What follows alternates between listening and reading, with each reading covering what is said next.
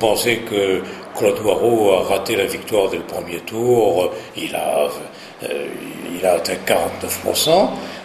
Il a raté donc la victoire de quelques centaines de voix, même pas 300 voix. C'est excellent.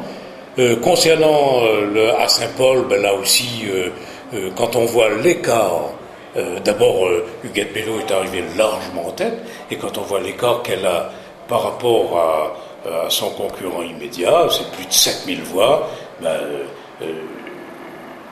pense que ça se présente dans de bonnes conditions. Il faut savoir que c'est bien meilleur que les résultats du premier tour de 2008. Et 2008, avec un résultat moins bon, elle a gagné au deuxième tour. Là, avec un résultat à ce niveau-là, elle est sûre de gagner au deuxième tour. Le Kroll a l'habitude de dire, aux élections-là, 1 plus 1, il ne fait pas toujours 2. Et là, nous aura la démonstration dimanche prochain qu'à Saint-Paul, 1 plus 1, il ne fait pas 2. Ça veut dire que Huguette Bello est sûr de gagner très largement dimanche prochain. Et ceux qui l'ont voulu annuler ces élections en disant va mettre en difficulté les maires de Saint-Louis, de Saint-Paul, eh bien, vous va voir que après ces élections, après cette annulation, les maires des deux communes vont sortir plus fort encore que Zot l'a été aux élections de 2008. On ne peut pas dire que les abstentionnistes les plutôt d'un camp que dans l'autre.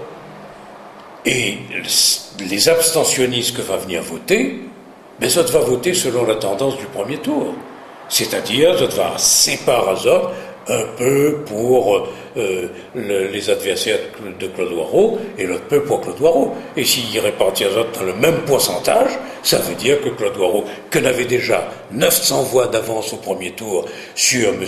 Amilcaro, eh bien lui, il est sûr d'avoir un différentiel encore beaucoup plus important que 900 voix. Donc, sur ce plan-là, nous sommes très confiants pour la victoire dimanche prochain.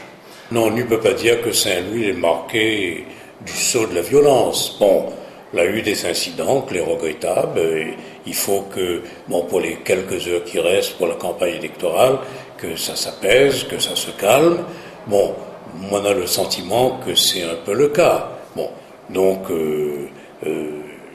restons confiants dans la maturité à la fois des candidats et de la population et des partisans d'un côté et de l'autre pour que les quelques heures qui restent se passent tout à fait dans la sérénité.